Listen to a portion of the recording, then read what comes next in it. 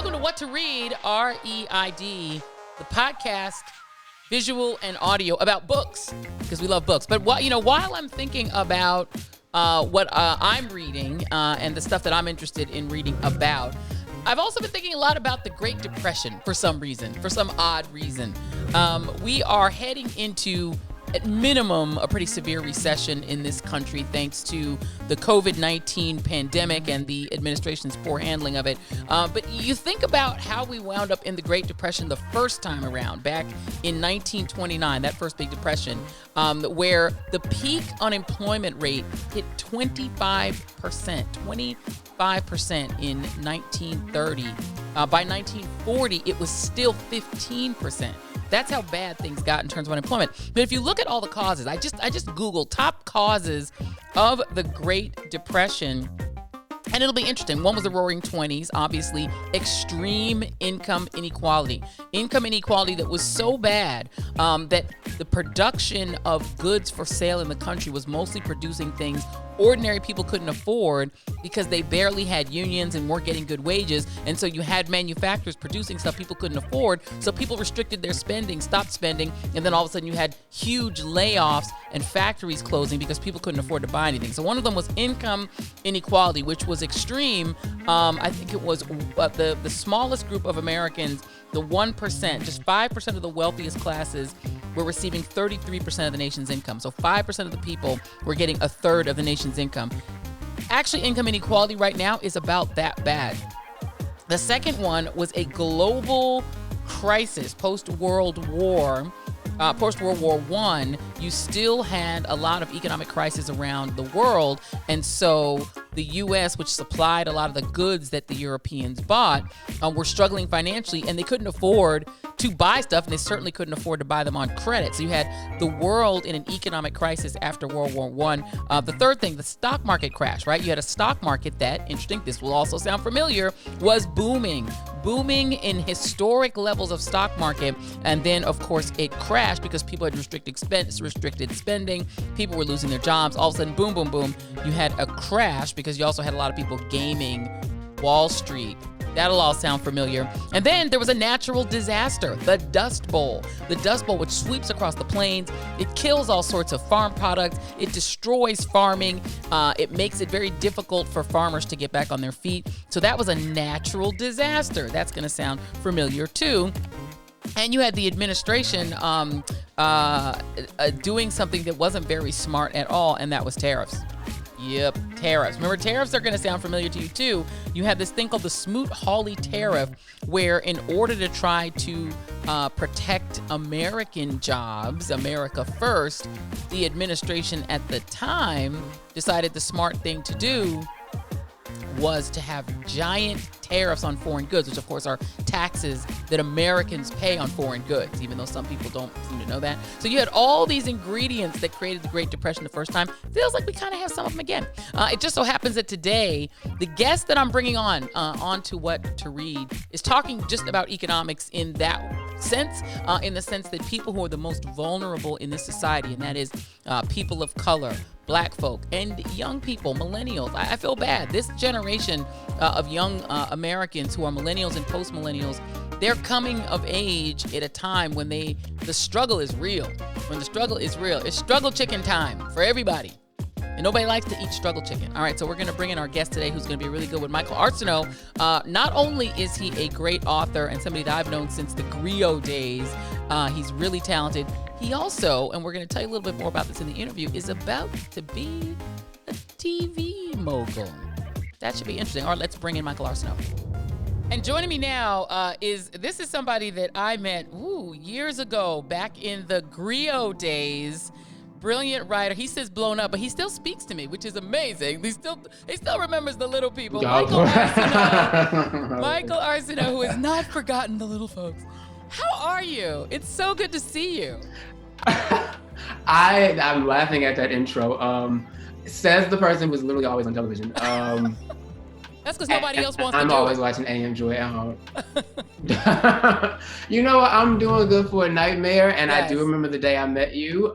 Shout out to the Griot. Yes. Hi David. Hi Chris. Hi everybody. I'm good. I mean, not the best time to be releasing a book during a pandemic, but again, thank you for having me. Absolutely. Well, that's why we did this. I mean, the reason that this came to mind is that I have so many friends that have books coming out, and you know, on the show, all we're talking about is COVID-19 all the time. So it doesn't leave a lot of room to talk about books. I was like, you know, but I still want to talk about books and I love books. So I'm going to do something that's just Right. about books exclusively. So I'm so glad that you're here. And I want to give, for those of you who do not know Micheal, the 4 or 5 of you who are completely out of touch and don't know him, Micheal Arceneaux really blew up for his first book. Even before that, he was a great columnist, is a great thinker, thought leader. But he wrote an incredible book, and he knows how to do a title. It's called I Can't Date Jesus: Love, Sex, Family, Race, and Other Reasons I've Put My Faith in Beyonce. Won't she do it? Won't she do it? Won't she do it? Yes, yes. Look at Goddess. We love it. So really, you have to tell me how that book and that title came out, because it's a collection of essays. It's really good for those of you who haven't read it. Tell me how that title and that book came about.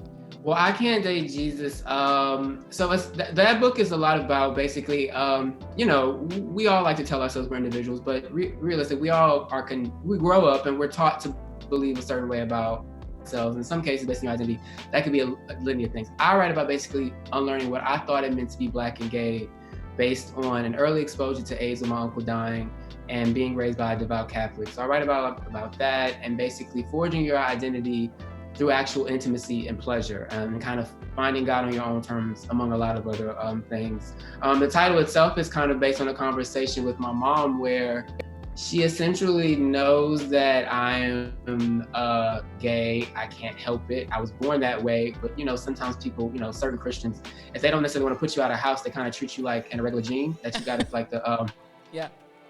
like the outlet, like, okay, I'll put it on, but you know, it bleeds. So we were just having a conversation. I was like, well, I can't date Jesus. What do you want me to do? In my mind. And actually, I Don't Want to Die Poor is also related to my mom in that I wrote an essay in the New York Times Sunday Review about my private loan debt.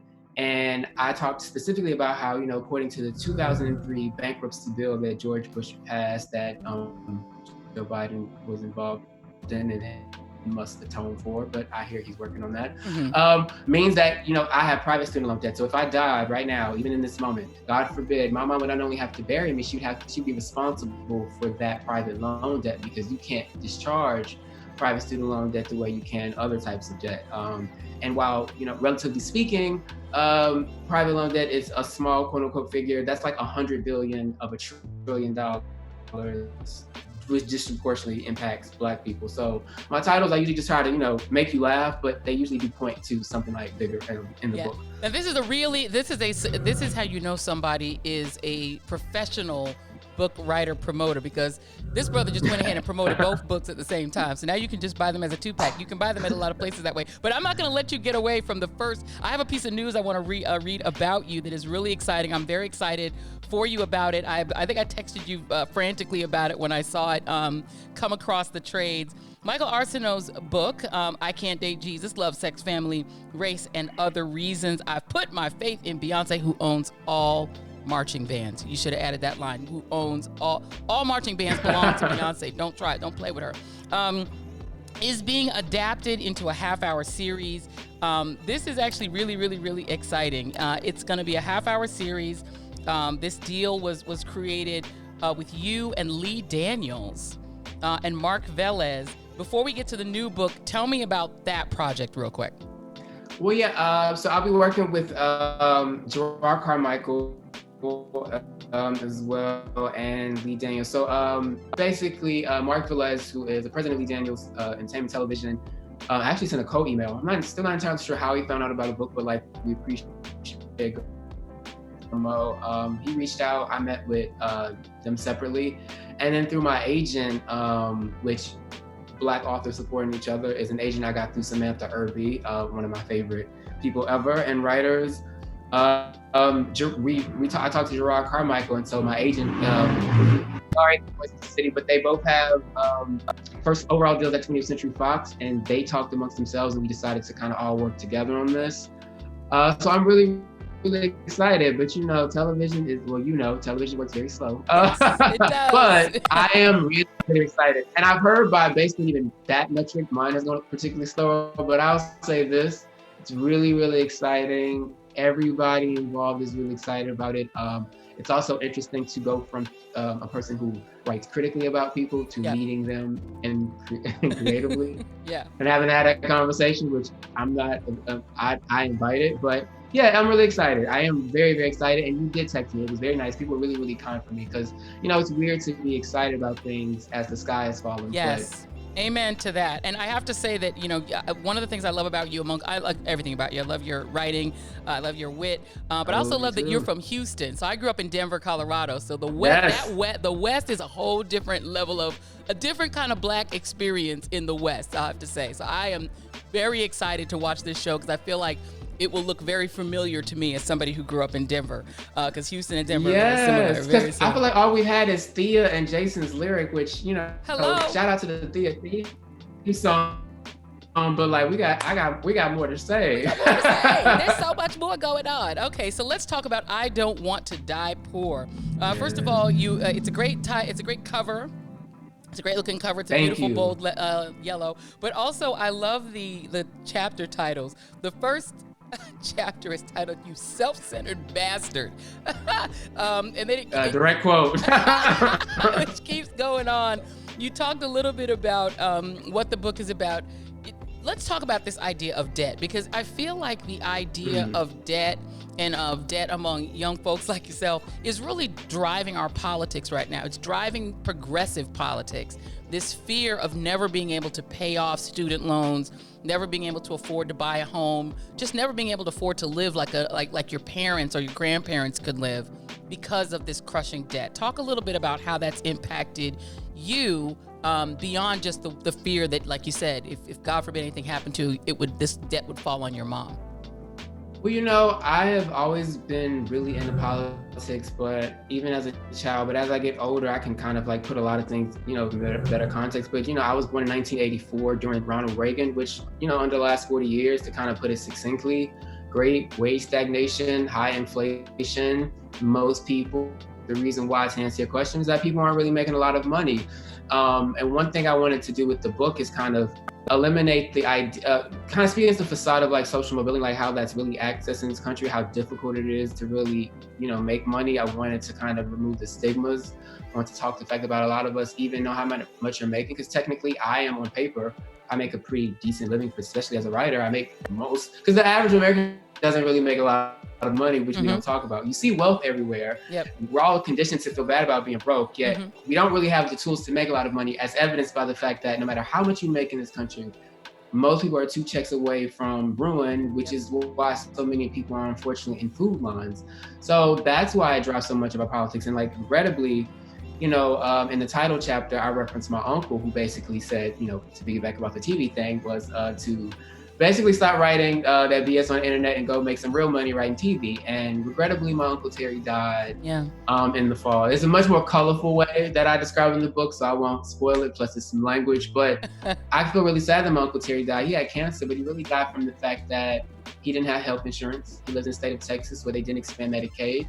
And this country is very cruel, and as many people are sadly learning, it sets up most of us to die if we don't have the means. And that's why it's driving so much of the climate. Because I think one thing about my book is that, if I were white, to be blunt, they'd be hailing it for another, spirited narrative about economic anxiety in the country. You have a chapter, and one of the things I think that's poignant about, the way that you write about this is your mom is a nurse. So your mom, experiences the healthcare system from the user end directly. So you know exactly what that looks like. And nurses, it's not like they're like overwhelmingly well paid, not as well paid as doctors, right? So nurses are kind of in the middle. It's a middle class job, but you're servicing lots of lower middle class people.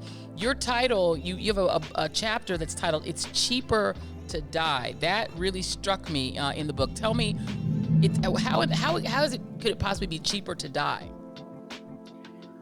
Well, so I kind of basically write about, there's usually this trope, I don't say trope, but it's kind of based on a lot of men, particularly black people of certain means, which is, most of us, we don't have the means, don't really go to the doctor.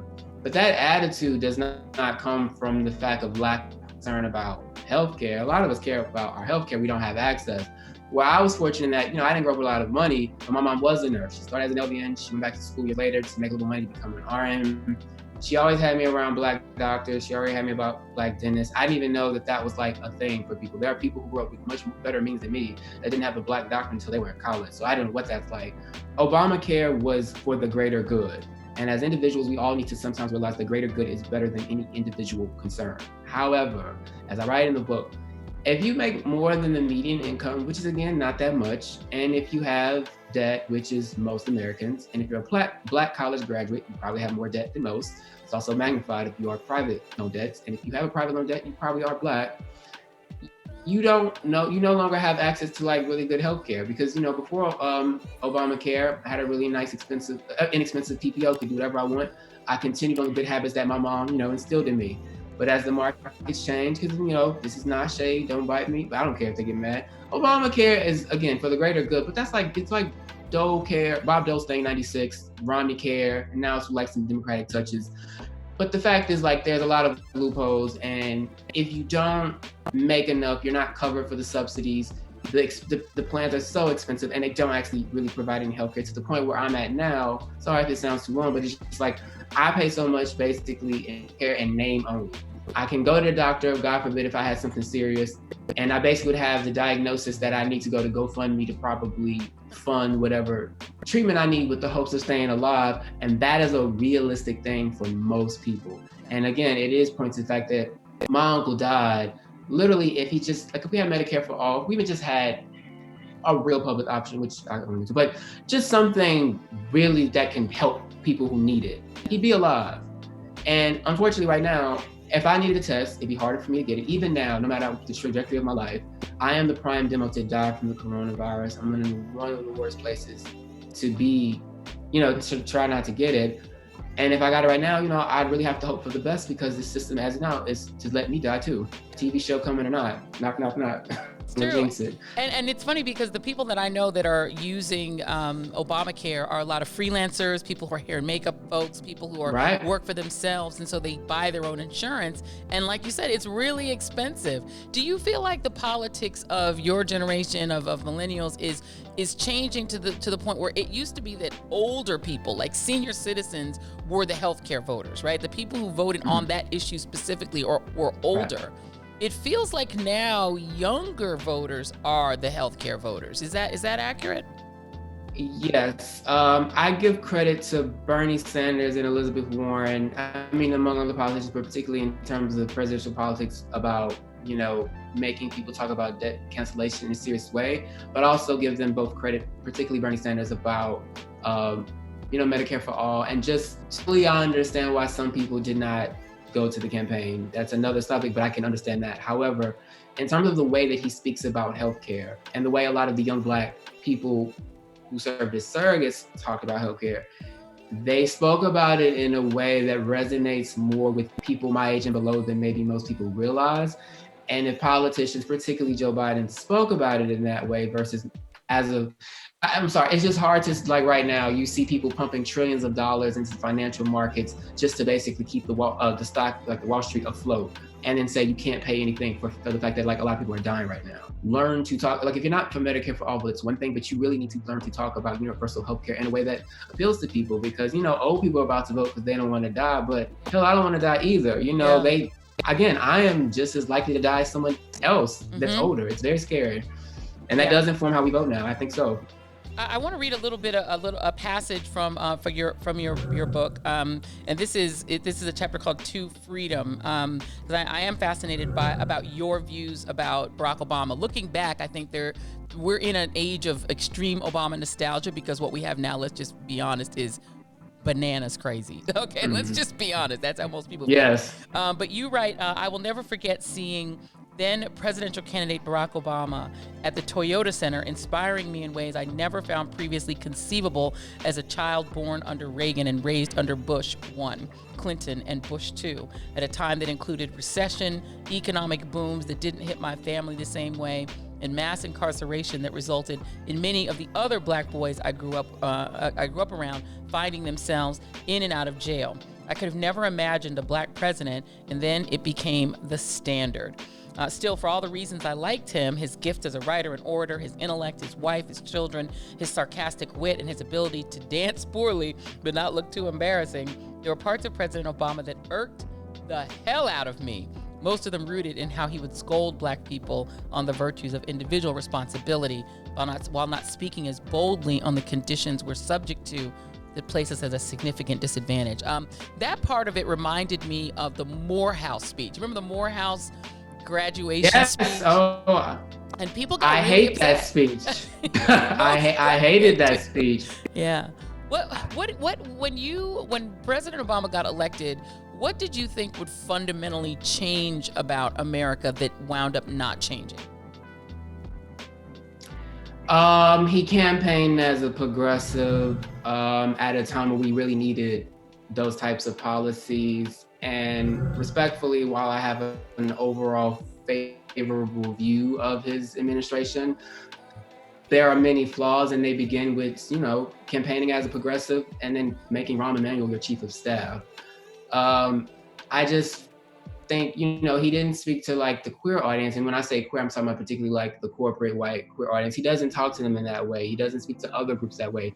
Throughout his term, before and after office, he speaks to black people in a very specific way that I find so frustrating and infuriating. And as much as I revere him, as much as I respect him, I just find it so unfair that he does not create allowances sometimes in the way he speaks about, because here's the thing, I believe in holding everyone accountable, but I also believe in like properly contextualizing things. It's not my fault, I mean, there's a lot going around about the Michelle Obama quote. I want to wait until I see the Netflix thing myself, but I saw that a headline spurred stuff. Mm-hmm. But I saw little drips of it, and it didn't look as bad as the clip it would say. But let's just say this. Even how sometimes he speaks so sympathetically of like Trump voters, or like has tried to be like, both of them have been like, I understand why that happened. Frankly, I mean, how can I put this? Because I gotta feel my frustration.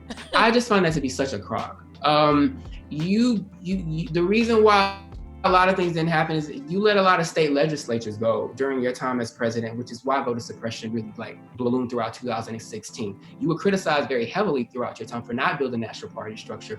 You let a lot of black people down for a lot of reasons, particularly when you talk about black folks not going to the polls. Well, that also ends up against the fact that you didn't do much to protect us. So when people did want to get involved, you weren't around. Those state legislatures did not, go away out of thin air. Like Michael still is not that great. I mean, I like my, on TV, but you know what I mean? Like, there could have been more to be done. So if you want to like fault black people, talk about what you didn't do, because you don't speak to white folks that way. And that's just kind of the end and beginning of it. Like, so, and I also think coddling white people is only going to do you so well based on the fact that Donald Trump is president.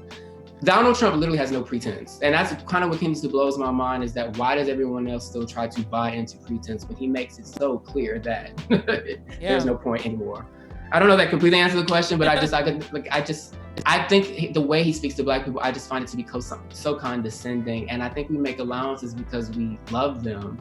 But sometimes love is also being like, all right now, you talk about you didn't build that on, you didn't build that on your own. Well, like this dilemma, black folks didn't build it on their own either. You pitched in yourself if you want to go there. That's all. Well, and that's not gonna give me an invite now. Yeah, no, absolutely. And I ask you that because we're in this period now where you have a lot of people outside of our community laying blame on black people, including the Black Surgeon General, for the fact these comorbidities, right, that are killing us with COVID-19, the fact that we're dying disproportionately. Your book is I Don't Want to Die Poor. And what's really significant about it is that encapsulates the two things that are sort of top of mind fears for black people, because we're the frontline workers who make the least money, who are must-work employees, who have to be making chicken nuggets and working in meat plants, but we're also at first to die. So what do you make of the ways that people are still overall scolding Black people for being sick, for being poor, for dying? One thing I noticed in media and entertainment early on, even college, well, I mean, it has a lot to do with the fact that basically I took out 6 figures of debt to have the basically the advantages that regular middle class people have. Yeah. And that's expensive, because I think the reality is most people can't afford the sacrifices to exist within media and entertainment, and Black people really can't afford that. So even being Black and middle class is such a privilege.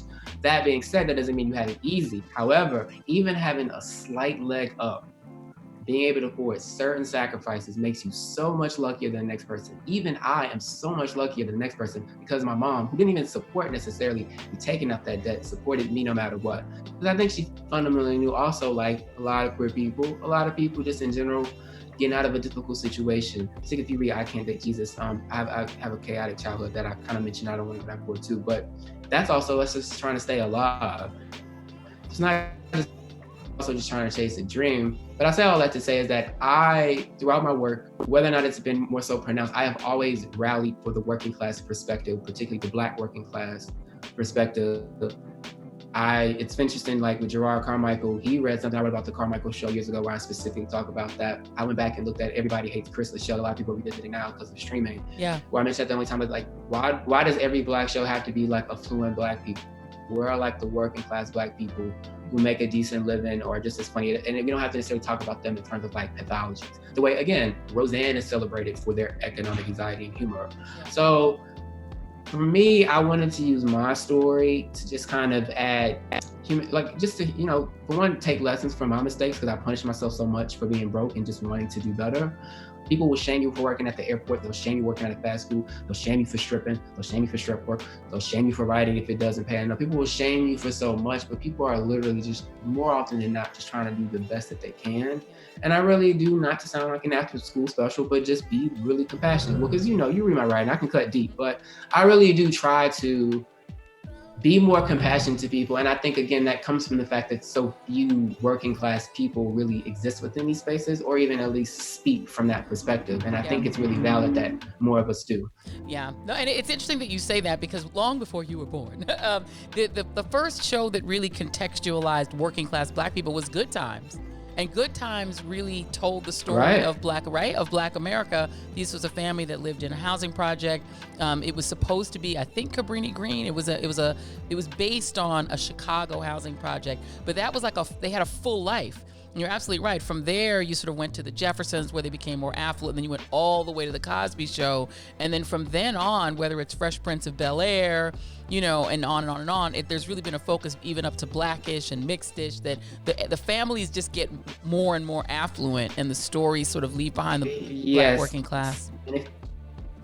And if you don't like anything that's like that, it's like a quote unquote guilty pleasure, in which I don't assign guilt to anything like a pleasure. That's the point of I Can't Date Jesus. I'm a recovering Catholic. No offense to active Catholics, including my mama. Yeah, I'm an ex-Catholic too, but I left at 6 because my sister and I used to yell in the church because the church was it had a high ceiling, and we thought it was funny to go, ah! And then it would echo, and my mom did not enjoy that. So we went Methodist. We went low ceiling church. It was all based on noisy children. That's why, because she couldn't beat us in Catholic church. They don't really. That is amazing reason to change religions. You did. They don't. All right, so before I let you go and promo your book one more time, I have to ask you this question. I love asking writers this question. Micheal, what are you reading, and what do you like to read? Lately, it's a lot of pandemic stuff, but it's been like that for months. But Samantha Irby, I'm reading Wow, No Thank You. She's so funny. I recently read Brandon Taylor's Real Life. I reviewed that for Tom's fantastic debut novel, Black Queer Guy. George Johnson's All Boys Are Blue and The Compton Cowboys are 2 books that came out that I need to finish. But I'm going to finish. I'm going to finish Samantha Irby first, because she's my everything, and I'm going to work on The Compton Cowboys next. Okay. But I'm reading. It's just hard to focus. So I'm glad you reminded me to read. I know. For a writer, the hardest thing to do is to stop writing and read. It's really it's a difficult discipline to do both. For me, I get writer's block, and so reading helps my writer's block. But it is very difficult to do that. But you're the greatest, Micheal Arceneaux, a really brilliant young writer. You got to read pretty much Google and just read all his essays. But then, of course, you've got to read this one. I I Don't Want to Die Poor, essays by Micheal Arceneaux. I'm so proud of you, Micheal. You really done good, young man. Houston is, I'm sure, proud of you. You and Beyonce. I admire you so much, and I'm such a fan of you and all of you on TV, so that means a lot. So thank you so much for having me. Thank you so much, Micheal. All right, so everybody get the book. I look forward to seeing you on TV probably in like 5 minutes. In like 5 minutes. Wait, no. See you later. This goes in, so it's just me and Ali Velshi. That's it. All right, well, thank you very much, Micheal. I'll talk to you soon. All right, I too don't want to die poor. Thank you to Micheal Arceneaux, author extraordinaire. Congratulations on all the success. The I Can't Date Jesus TV adaptation is coming up. Check that out. Keep an eye out for that. Also, you can order both of his books, I Can't Date Jesus, as well as Micheal Arceneaux. Support a black bookstore. We love to see support Mahogany Books or Uncle Bobby's, one of the great black bookstores around the country. Or, just buy from wherever you like. Buy books, enjoy books, read books, and please be sure to follow this podcast. You can just click below, give us a like, share this podcast. If you're looking at it on the YouTubes, on the One Mic Network, you can share that with all your friends. Give us some comments. Please subscribe. Tell a friend. Tell a foe. All of you all should subscribe. Only put nice things in the comments. You can also follow me, of course, at Joy and Reid on the Twitters. You can also follow me at Joy and Reid on Instagram. You can follow me at Joy Reid Official on Facebook. You can get all of my stuff there. You can, of course, watch me every weekend on AM Joy on MSNBC, 10 to 12 a.m. Eastern Standard Time. Please do that as well. And then if you're not completely overwhelmed with Joy and Reid material, you can listen to Read This, Read That, which is my podcast with Cousin Jackie Reid. So much content, so little time. See you guys on the next What to Read, because we love books. Have a great day. Bye, fam.